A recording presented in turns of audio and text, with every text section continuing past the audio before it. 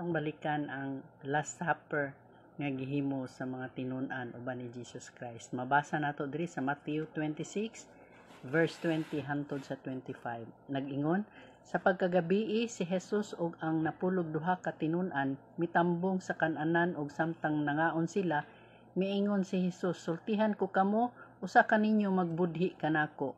Ug ang tagsa-tagsa kanila nangutana kaniya, Ginoo, ako ba ang imong gipasabot? Si Jesus mitubag, ang nagtuslob sa pan uban kanako niining panaksan maoy magbudhi kanako. Si Judas ang traidor miingon, magtutudlo, ako ba ang imong gipasabot? Si Jesus mitubag, gisulti na nimo.